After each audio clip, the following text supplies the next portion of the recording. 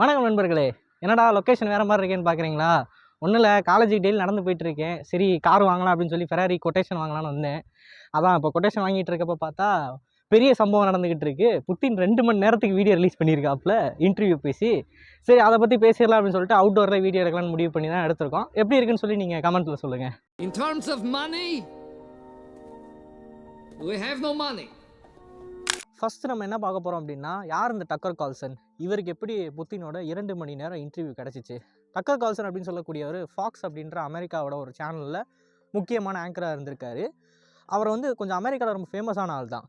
But ஏதோ ஒரு சில காரணங்களால் ஃபாக்ஸ் அப்படின்னு சொல்லக்கூடிய அந்த சேனலில் இருந்து அவரை தூக்குறாங்க. அதுக்கு அவர் என்ன சொல்கிறார் அப்படின்னா, நான் உண்மையை பேசினா அவங்களுக்கு பிடிக்க மாட்டேங்குது, அதனால என்னை தூக்கிட்டாங்க அப்படின்னு சொல்லி அவர் ஒரு காரணம் சொன்னார். பட் எது என்னவோ, அவர் அந்த நிறுவனத்திலேருந்து வெளியே வந்ததுக்கப்புறமா இண்டிபெண்ட்டாக அவர் சேனலை உருவாக்குறாரு. அந்த சேனலின் மூலமாக இந்த போரை அவர் விரிவாக பேசிக்கிட்டு இருப்பார்.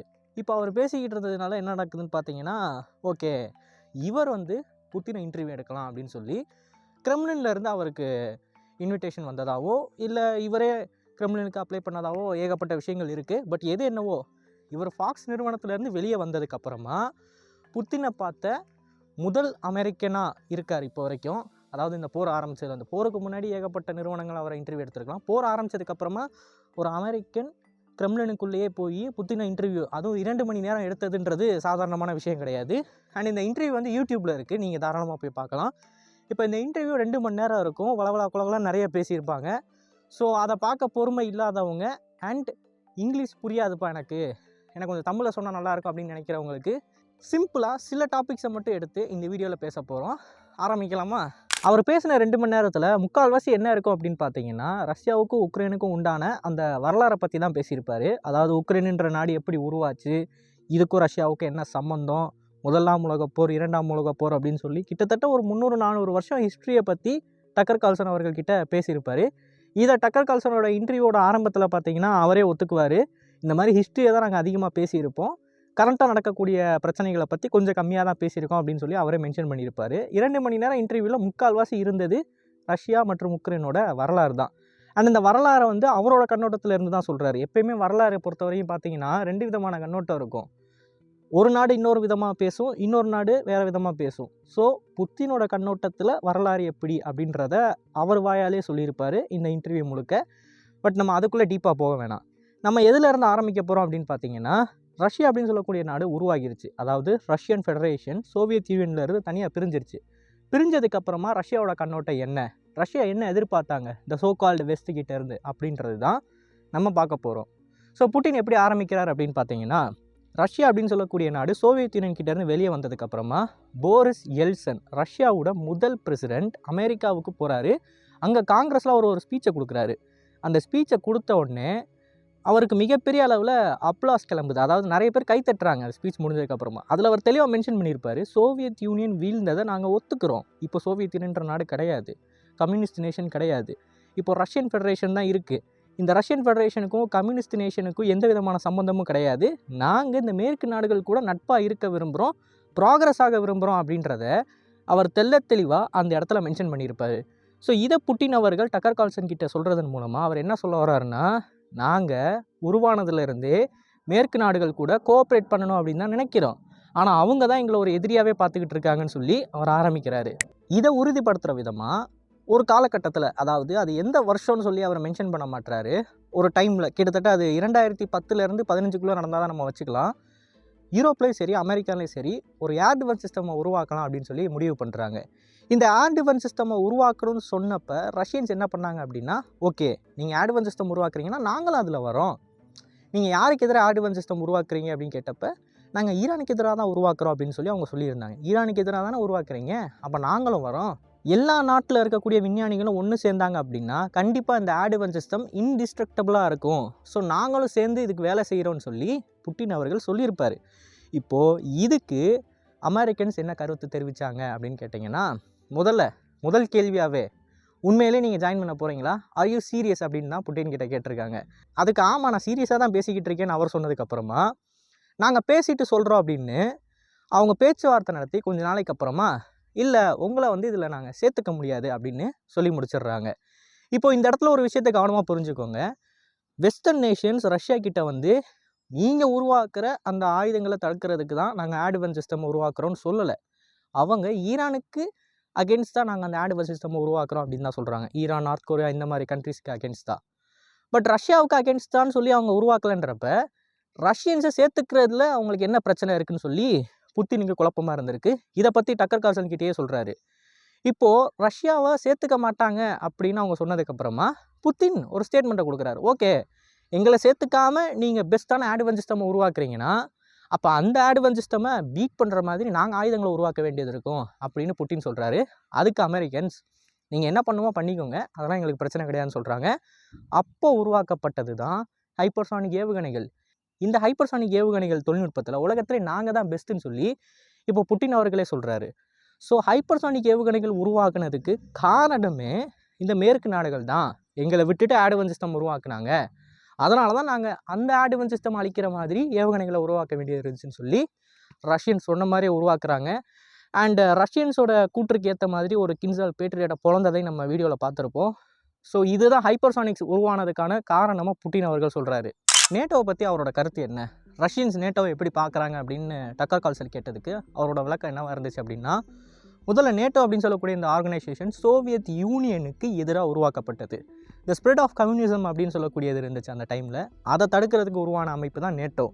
சோவியத் யூனியன் வீழ்ந்துருச்சு, ரஷ்யா ஒரு கம்யூனிஸ்ட் ஸ்டேட்டு கிடையாது அப்படின்னு சொன்னதுக்கப்புறமா புட்டின் அவர்கள் ஓப்பனாகவே கேட்டிருக்காரு, நாங்களும் நேட்டோவில் வந்து ஜாயின் பண்ணுறோமே, நீங்கள் யாருக்கு எதிராக உருவாக்கணும்னு நினச்சிங்களோ அந்த நாடு இப்போ இல்லை, அப்படி இல்லைன்றப்ப எங்களை சேர்த்துக்கிறதுல உங்களுக்கு என்ன பிரச்சனைன்னு சொல்லி புட்டின் அவர்கள் நாங்கள் நேட்டோவில் சேர்றோன்னு சொல்லி ஏற்கனவே பேசியிருப்பார். இதை பல இன்டர்வியூவில் முன்னாடியே அவர் சொல்லியிருப்பார். பட் இதுக்கு அமெரிக்கன்ஸ் மறுப்பு தெரிவிச்சிட்டாங்க. ஸோ நேட்டோ அவர் எப்படி பார்க்குறாரு அப்படின்னா, சோவியத் யூனியன் டெசல்யூஷனுக்கு அப்புறமா, அதாவது அதோட அழிவின் விளிம்பில் இருக்கிறப்ப ஜெர்மனியில் இருக்கிற ஏகப்பட்ட பொலிட்டிஷியன்ஸும் இந்த விஷயத்தை பற்றி பேசியிருப்பாங்க. நேட்டோ ஈஸ்ட்வர்ட் சைடு எக்ஸ்பேண்ட் ஆகக்கூடாது, இப்போ எப்படி இருக்கோ அதே மாதிரி தான் நேட்டோ இருக்கணும்.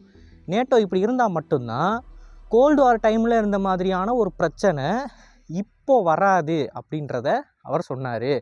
பட் அது நடந்துச்சான்னு கேட்டிங்கன்னா கிடையாது. ஈஸ்ட்வர்டாக நேட்டோ எக்ஸ்பேண்ட் ஆச்சு. எக்ஸ்பேண்ட் ஆன காரணத்தினால இப்போ பார்த்தீங்கன்னா ஈஸ்டர்ன் யூரோப்பில் ஒரு போர் போய்கிட்டு இருக்கு. அந்த ஜெர்மன் பொலிட்டீஷியன் அந்த டைமில் எது நடந்துடக்கூடாது அப்படின்னு நினச்சாரோ அது இப்போ நடந்துருச்சு. ஈஸ்டில் ஒரு வார் போய்கிட்டு இருக்கு. இதை புட்டின் அவர்கள் சொல்கிறாரு. நேட்டோவோட eastward expansion Soviet union dissolve ஆனதுக்கப்புறமா இருக்காதுன்னு சொல்லி மேற்கு நாடுகள் உத்தரவாதம் கொடுத்தாங்க. ஆனால் அந்த உத்தரவாதத்தை அவங்களே மீறிட்டாங்கன்றப்ப எங்களுக்கு வேறு வழி இல்லை, நாங்கள் எங்களை பாதுகாத்து கொள்றதுக்கு சில ஆக்ஷன்ஸை நாங்கள் எடுத்து தான் ஆகணும். அது அக்ரெசிவாக நாங்கள் எடுப்போம், இல்லை பேசிவாக டிப்ளமேட்டிக்காக எடுப்போம், அது எங்களை பொறுத்தது. பட் இப்போது அக்ரெசிவாக இந்த ஆக்ஷன் எடுத்ததுக்கான காரணம் நீங்கள் உங்களோட வாக்குறுதியை காப்பாற்றாதது தான் அப்படின்றத தெளிவாக அவர் அந்த இன்டர்வியூவில் சொல்கிறாரு. சரி, நேட்டோவோட ஈஸ்ட்வர்ட் எக்ஸ்பான்ஷனை பற்றி இவ்வளோ தூரம் பேசுகிறாரு. ஓகே, ரஷ்யாவுக்கும் உக்ரைனுக்கும் உண்டான உறவு என்ன சோவியத் யூனியன் வீழ்ந்ததுக்கு அப்புறமா அப்படின்றத பற்றி அவர் பேச ஆரம்பிக்கிறாரு. கிட்டத்தட்ட 300 வருஷம் வரலாறை பற்றி அவர் பேசியிருப்பார் ஏற்கனவே. அவர் அதை பேசி முடித்ததுக்கப்புறமா தான் இந்த டாபிக்குள்ளே வராரு. இந்த டாப்பிக்கில் அவர் எடுத்தோன்னே என்ன சொல்கிறார் அப்படின்னு பார்த்தீங்கன்னா, நியோ நாட்சிசம் அப்படின்ற ஒன்று சொல்கிறாரு. இது என்னடா அப்படின்னு கேட்டிங்கன்னா, பேசிக்காக நாட்சி ஜெர்மனியில் இருந்த ஒரு ஐடியாலஜி இப்போ வரைக்கும் யூரோப்பில் தொடர்ந்துக்கிட்டு இருக்குது. இந்த நியோ நாட்சிசம்மை மென்ஷன் பண்ணி இது அதிகமாக ஆக்டிவாக இருக்கிறது உக்ரைனில் தான். ஏன் அப்படின்னு கேட்டிங்கன்னா, சோவியத் யூனியன் டைம்லேயே பார்த்தீங்கன்னா உக்ரைனில் இருக்கக்கூடிய ஏகப்பட்ட பேர் நாட்சி ஜெர்மனி கூட சேர்ந்து சோவியத்துக்கு எதிராக சண்டை போட்டாங்க, உக்ரைனில் இருக்கிறவங்களே. ஸோ அதனால் உக்ரைனில் வந்து இந்த நியோ நாட்சிசம் அப்படின்னு சொல்லக்கூடியது கொஞ்சம் அதிகமாக இருக்குது, அது உண்மை தான். இப்போது இதுக்கு எதிராக புட்டின் அவர்கள் பேசியிருப்பார். பேசிட்டு ஜெலன்ஸ்கி அவர்கள் பிரசிடென்ட் ஆனதுக்கப்புறமாவே அதை பற்றி ஜெலன்ஸ்கிட்டே பர்சனலாக பேசுனதாக சொல்கிறாரு. அதாவது அவர் என்ன சொல்லியிருக்காருன்னா, ஜெலன்ஸ்கியோட அப்பா சோவியத் யூனியனுக்கு ஆதரவாக நாட்சி ஜெர்மனிக்கு எதிராக சண்டை போட்டவர் போரில். அப்படிப்பட்ட ஒரு மனுஷனோட பிள்ளையாக இருக்கீங்க, நீங்கள் எதுக்கு இந்த நியூ நாட்சிகளுக்கும் உங்கள் ஊரில் இருக்கிற நேஷ்னல் பார்ட்டியில் இருக்கக்கூடிய ஆளுங்களுக்கும், அதாவது நேஷ்னலிஸ்ட்டுக்கும் சப்போர்ட் பண்ணுறீங்க? நீங்கள் பிரசிடென்ட் ஆனதே வந்து உக்ரைனை வந்து அமைதியாக கொண்டு வந்து எந்த சண்டை சச்சரவு இல்லாமல் உக்ரைனை பீஸான ஒரு கண்ட்ரியாக மாற்றணுன்றதுக்கு தானே. ஆனால் அதுக்கு மாறாக தானே நீங்கள் செயல்படுறீங்க. இந்த அமைப்புக்கு நீங்கள் சப்போர்ட் பண்ணீங்க அப்படின்னா நீங்கள் அமைதியை கொண்டு வர முடியாதுன்னு சொல்லி அவர் சொல்கிறாரு.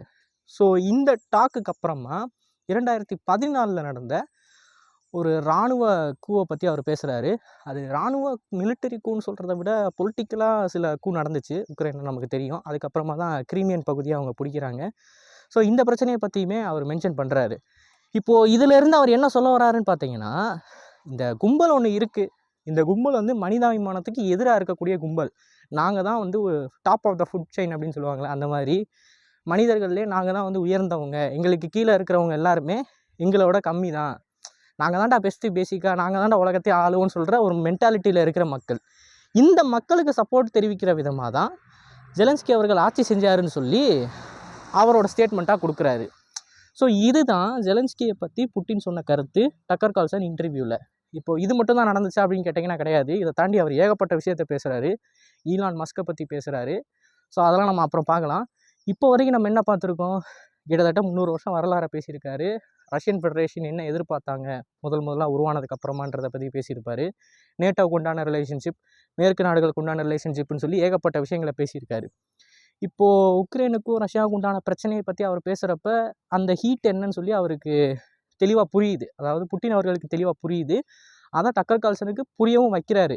அதை தான் கிட்டத்தட்ட 1.5 மணி நேரமாக அவர் பேசுகிறாரு, வரலாறுல ஆரம்பித்து எல்லாத்தையும் சொல்லி. ஸோ இதை பேசி முடித்ததுக்கப்புறமா ஃப்யூச்சர் என்னவாக இருக்கும்? ஏன்னா இப்போது சண்டை நடந்துக்கிட்டு இருக்குது. இந்த சண்டை முடியுமா, இல்லை இந்த சண்டையில் வந்து அமெரிக்கன்ஸ் வந்து இன்னும் நாங்கள் பண்ணுவோம்னு சொல்லி சப்போர்ட்டை கொடுப்பாங்களான்னு சொல்லி டக்கர் கால்சன் ஒரு கேள்வி கேட்குறாரு. இது எதை நோக்கி போகுது? ஏன்னா இப்போதைக்கு அங்கே இருக்கக்கூடிய அது ஸ்ப்ரெட் ஆகுமா அப்படின்ற மாதிரியான ஒரு கேள்வியில் அவர் கேட்குறாரு. அதுக்கு புட்டின் அவர்கள் என்ன சொல்கிறார் அப்படின்னா, முதல்ல பொருளாதார தடையிலேருந்து ஆரம்பிப்போம். பொருளாதார தடை ரஷ்ய மண்ணுக்கு எதிராக போடப்பட்டிருக்கு. இந்த தடைகள் எல்லாத்தையுமே மீறி ரஷ்ய பொருளாதாரம் யூரோப்லேயே நம்பர் 1 இருக்குது இப்போதைக்கு.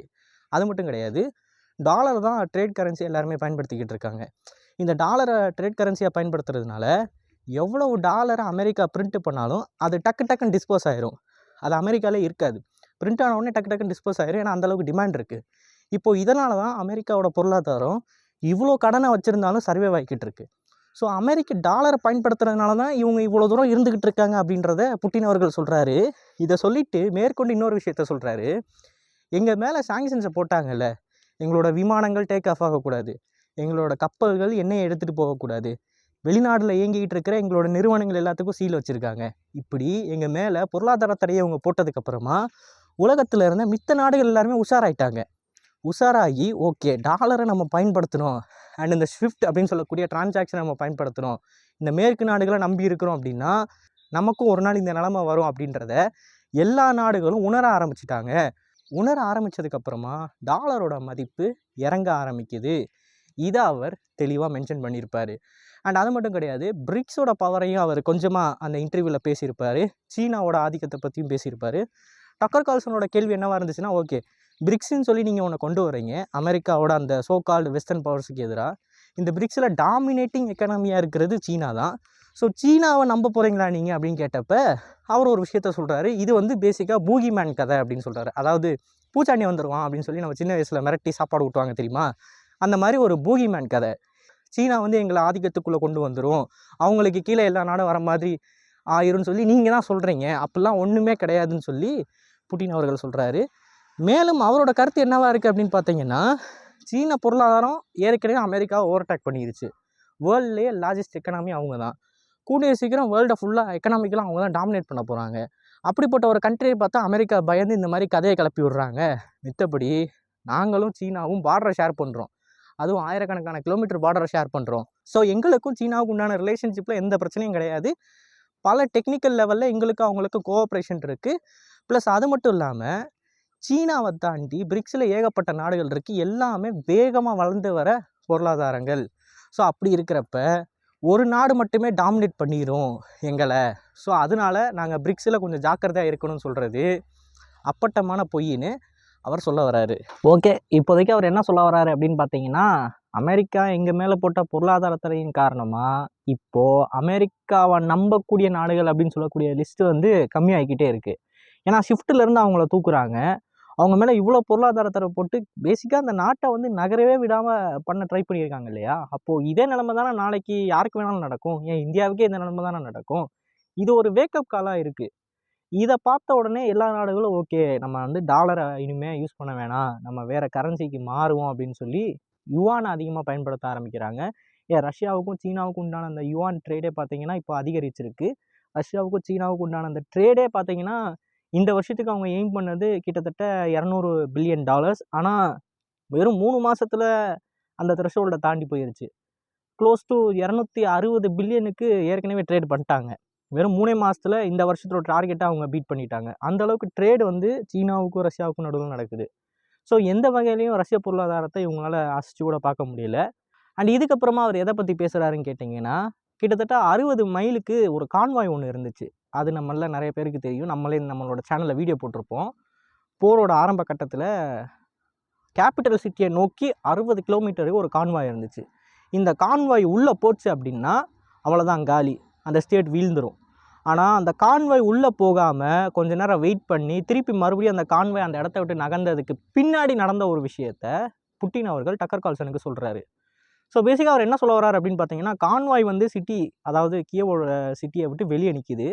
இந்த கான்வாய் வெளியே நிற்கிறப்ப துருக்கியில் வச்சு ஒரு பீஸ் டீல் ஒன்று போய்கிட்டு இருக்கு. கியவோட அஃபீஷியல்ஸ் எல்லாருமே இருக்காங்க. ஒரு டிராஃப்ட் ஒன்று ரெடி பண்ணுறாங்க. அந்த டிராஃப்டில் வந்து கையெழுத்து போட்டுட்டா ரஷ்யா பின்வாங்கிடும் போரை விட்டு. இப்போ இந்த டைமில் போரிஸ் ஜான்சன், அதாவது இந்த நாட்டோட பிரைம் மினிஸ்டர் என்ன பண்ணுறாரு அப்படின்னா, உக்ரைன் கிட்ட போய், ரஷ்யா கிட்ட போய், நீங்கள் வந்து இந்த பீஸ் டீலில் பேசுகிறப்ப உங்களோட அந்த கான்வாய் அங்கே இருக்கக்கூடாது. ஏன்னா பேசிக்காக நீங்கள் என்ன பண்ணுறீங்க, உக்ரைனோட தலையில் ஒரு கன்னை வச்சு கையெழுத்து போடுறா அப்படின்னு மிரட்டுற மாதிரி இருக்கும். ஸோ அவங்கள வந்து ஃப்ரீயாக நெகோஷியேட் பண்ண விடுங்க. அதுக்கு நீங்கள் நெகோஷியேட் பண்ண விடணும்னா உங்களோட கான்வாய் அந்த இடத்த விட்டு வெளியே போகணும்னு சொன்ன உடனே அதுக்கு ரெஸ்பெக்ட்ஃபுல்லாக ஓகே நீங்கள் சொல்கிறது வந்து கரெக்டு தான் அப்படின்னு சொல்லி கான்வாயை அந்த இடத்த விட்டு நாங்கள் தான் வெளியே கொண்டு போனோம். ஆனால் நாங்கள் கான்வாயை வெளியே கொண்டு போன உடனே கியவை ஃபோர்ட்டிஃபை பண்ணிட்டாங்க. ஃபோர்ட்டிஃபை பண்ணிவிட்டு நாங்கள் கொடுத்த அந்த டிராஃப்டை தூக்கி குப்பையில் போட்டுட்டாங்க. போரிஸ் ஜான்சனோட பேச்சை கேட்டு எங்களோட அந்த பீஸ் டீலை தூக்கி குப்பையில் போட்டீங்களே, இப்போ போரிஸ் ஜான்சன் எங்கே இருக்கார் அப்படின்னு சொல்லி கியவோட அட்மினிஸ்ட்ரேஷன் கிட்ட புட்டின் ஒரு கேள்வி எழுப்புறாரு. ஸோ அவர் சொல்ல வர கருத்து என்ன அப்படின்னு பார்த்தீங்கன்னா, ஏற்கனவே உக்ரைன் வந்து சமாதானமாக போயிடலாம் அப்படின்னு சொல்லி தான் வந்தாங்க.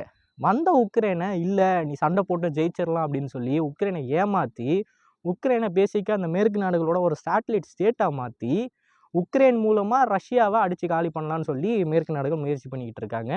இப்போ உக்ரைன் அதோட பகடக்காயாக மாறிடுச்சு அப்படின்றத அவர் சொல்ல வர்றாரு. அண்ட் பீஸ் டீலுக்குள்ளே இப்போ ரஷ்யா வருமா அப்படின்னு அவங்க கேட்டதுக்கு, நாங்கள் எப்பயுமே தயார் தான். நாங்கள் எப்பயுமே, நீங்கள் எப்போ கூப்பிட்டாலும் நாங்கள் பீஸ் டீலுக்கு வர ஓகே. ஆனால் உக்ரைனோட பிரசிடெண்ட் ரஷ்யாவோட பீஸ் டீலுக்கு போகக்கூடாதுன்னு சொல்லி ஒரு ஆர்டரை பாஸ் பண்ணிட்டாரு. ஸோ உக்ரைனால் எனக்கு தெரிஞ்சு இதுக்கப்புறமா பீஸ் டீலுக்கு வர முடியும்னு சொல்லி எனக்கு தோணலை. ஏன்னா மேற்கு நாடுகளும் விடுவாங்களா அப்படின்னு சொல்லி தெரில. இந்த போர் நீண்டுக்கிட்டே தான் இருக்க போகுது. இந்த போரில் நாங்கள் ஜெயிப்போம் அப்படின்றத புட்டின் அவர்கள் தெளிவாக சொல்லிட்டாரு. சரி, இப்போது 2 மணி நேரம் இதை மட்டும்தான் பேசினாரா அப்படின்னு கேட்டிங்கன்னா கிடையாது. இதை தாண்டி ஏகப்பட்ட விஷயங்களை பேசியிருக்காரு. பட் நான் ஒரு சில விஷயங்களாக முக்கியமாக பார்த்தது என்னென்னு பார்த்தீங்கன்னா இந்த பாயிண்ட்ஸ் தான். இதை தான் நான் உங்களோட ஷேர் பண்ணணும் அப்படின்னு நினச்சேன். அண்ட் கடைசியாக ஈலான் மஸ்கை பற்றியுமே பேசியிருப்பார். ஈலான் மஸ்க் வந்து ரொம்ப புத்திசாலி. அவர் ஏற்கனவே ஹியூமன் பிரெயினில் சிப்பெல்லாம் இம்ப்ளான்ட் பண்ணதாக சில நியூஸஸை நாங்கள் கேள்விப்படுறோம். அது உண்மையாக இருந்துச்சு அப்படின்னா இதை கண்ட்ரோல் பண்ணுறதுக்கும் ரெகுலேட் பண்ணுறதுக்கும் சில சட்டங்களை கொண்டு வந்தாங்கன்னு. அவர் ரொம்ப பவர்ஃபுல்லான மனுஷன். ஸோ அவரை ரெகுலேட் பண்ணுற மாதிரி சில காரியங்களை அமெரிக்கா செய்யும்னு சொல்லி நம்புகிறோம் அப்படின்ற மாதிரியான ஸ்டேட்மெண்ட்ஸ் அவர் கொடுக்குறாரு. இறுதியில் அவர் என்ன சொல்ல வராரு, மேற்கு நாடுகளோட போருக்கு போக தயார், அமெரிக்கன்ஸ் வந்து ரஷ்யாவுக்குள்ளே சண்டைக்கு வருவாங்களா அப்படின்ற கருத்துக்கெல்லாம் என்னன்னு பார்த்தீங்கன்னா, இந்த வார் அப்படின்னு சொல்லக்கூடியது ரஷ்யன் ஃபெடரேஷனோட எக்ஸிஸ்டன்ஸுக்கு எதிராக ஏவப்பட்ட மாதிரி தான் எங்களுக்கு தெரியுது.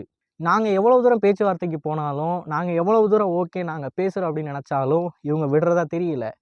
பட் இவங்க எங்களை அழிக்கிறதா நினச்சி பண்ணிக்கிட்டு இருக்க காரியங்கள் இவங்களுக்கு எதிராக தான் திரும்பிக்கிட்டு இருக்கு அப்படின்ற விஷயத்த அவர் பல ஃபேக்ட்ஸை சொல்கிறதன் மூலமாக ஒப்பிக்கிறாரு. ஓகே, இந்த இன்டர்வியூவை பார்க்குறவங்களுக்கு பல விதமான கருத்துக்கள் இருக்கும். ரஷ்யாவுக்குள்ளே போய் ரஷ்யன் ஃபெடரேஷனுக்கு எதிரான சில கேள்விகளை அவரால் ஆஃப்கோர்ஸ் கேட்டிருக்க முடியாது. அதாவது டக்கர் கால்சனால் கேட்டிருக்க முடியாது. அவர் சில கேள்விகளை வந்து மறைச்சி தான் கேட்ட மாதிரி இருந்திருக்கும். அப்படி இருந்துமே எல்லா கேள்விகளுமே டஃப்பான கேள்விகளாக தான் இருந்துச்சு. அதுக்கு புட்டின் அவர்களும் இவ்வளோ பொறுமையாக பதில் சொல்லியிருக்காரு.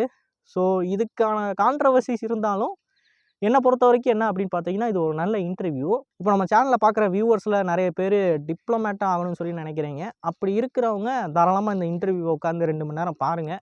பார்த்து கீ பாயிண்ட்ஸ்லாம் நோட்ஸ் எடுங்க. இது உங்களுக்கு கண்டிப்பாக யூஸ்ஃபுல்லாக தான் இருக்கும். பட் இந்த இன்டர்வியூவில் ஒரு சில பாயிண்ட்ஸாக நான் மெயினாக பார்த்தது தான் உங்களோட டிஸ்கஸ் பண்ணியிருக்கேன். இதை தாண்டி சில பாயிண்ட்ஸ் நீங்கள் இன்டர்வியூவில் பார்த்து அதை நான் மென்ஷன் பண்ணாமல் இருந்தேன்னா தாராளமாக கமெண்ட்ஸில் மென்ஷன் பண்ணுங்கள்.